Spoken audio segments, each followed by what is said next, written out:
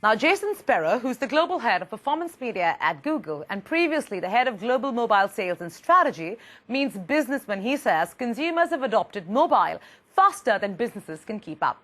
And while marketers seem to know that, their actions reveal a knowing-doing gap.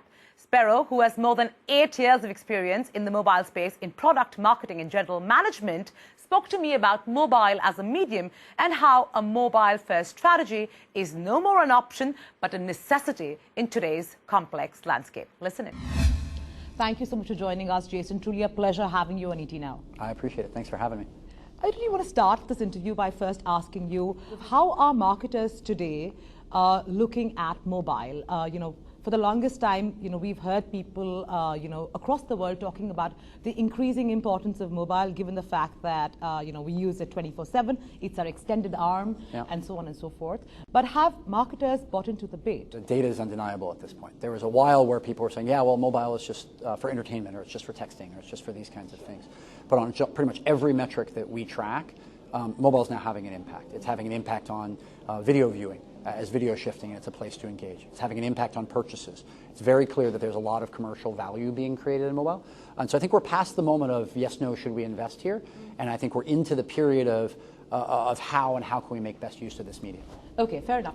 I'm only asking that question because, several global marketers we speak to, and I'm keeping the context global for now before I come to India, seem to suggest that, but that they're investing, and some of them are very aggressively investing. But a lot of other marketers seem to suggest that, because there is no real measurable data to tell you what is your ROI, it kind of gets a little bit, difficult to tell how much really you should be spending on this device. What we see is if people apply the desktop model of did I convert in that session and get to a confirmation page, certainly people are buying things on mobile. And as we get better with payment credentials and all of that, it's getting better. But what marketers are coming to realize is you have to look at a cross-device journey. You have to look at how people move between PCs and mobile and back again. Sure. You also have to think about how the digital experience influences what you do in the physical world. Right. So many people are standing in front of something in a store making a decision. And the digital can influence the physical, and the physical can influence the digital. So what I would say is we are able to build closed-loop ROI models for most of our customers in most categories now. And I think that people are starting to get used to that level of precision. So, so that's interesting that you say that because, for instance, Martin Sorrell, who seems to be, a frenemy of sorts for Google, seems to constantly suggest that the problem with, let's say, tracking of this data in terms of sheer measurability stems from the fact that, you're playing referee as well. So there is no real third party, measurable, credible system that can actually track that, and that really therein lies the problem. For instance, for traditional advertising, whether it's effective or not, and that's a different debate, right? We still have a third-party, institution that gives us data saying that this is what happened. Yeah. Whereas for Google, Facebook, and anything else, maybe even Twitter, right? They give you their analytics, so it's you're playing referee as well. Well, I get that metaphor. I've heard the fox guarding the hen house, yes? I guess I would say a couple of things. I think most marketers understand that Google Analytics is an arm's length product, that the church and state separation is real, and the data is not commingled. Sure. And so I don't find people who are holding back on mobile because we're the ones doing the measurement. We try to be as transparent as we can based on our sort of privacy rules that we have with the consumer. So I do think this media is measurable. I do think this media is measurable specific to Google media separate from others. As an industry, I would love to have something that's universal, and I think the Nielsen ComScore model is now there for video, and we have partnered with them to understand viewability and all of that. Sure. I was reading one of your recent interviews, and you've actually talked about the fact that a lot of people, let's say in the last couple of years, have gone the app way. Yes. And that might necessarily not be the right way because finally you have only limited number of apps that you'll possibly have on your phone. Yes. And something that I will only use regularly. So give me your sense of, if that's your spiel currently to marketers, that, everybody can't blindly go down the app route. What would your recommendation be now? What we've learned from the journey that we've been on in other markets is that the market seems to be settling as an and, not an or.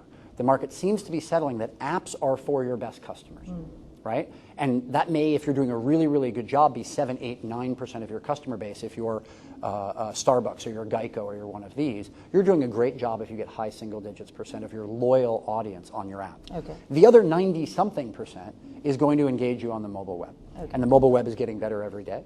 And so for most of our customers, they're now investing in parallel as the and, not the or. Okay. Two exceptions to that.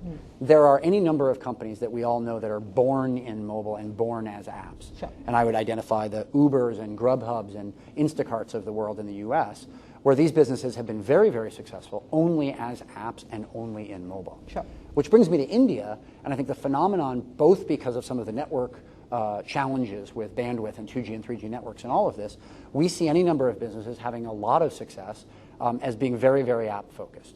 I do think some of the biggest ones that have been the most high profile have recently concluded that a high power, well-designed mobile website is a critical part of their offering. Okay. So I think where it's settling, if you look at Flipkart and others, is certainly the mobile app is the centerpiece of our offering. We're going to try to get as many people onto that as possible. Right. But we also recognize that the mobile web has a huge role to play, and I don't think we've found equilibrium yet in India. A lot of advertising is really long format ads on YouTube, and that is our definition of digital advertising, which is really quite a cliche. Yeah. So instead of putting it on TV, you put it on YouTube, and it's also cheaper because the internet is cheaper as of now. So and that's digital for you. So it's very actually unevolved, so to speak.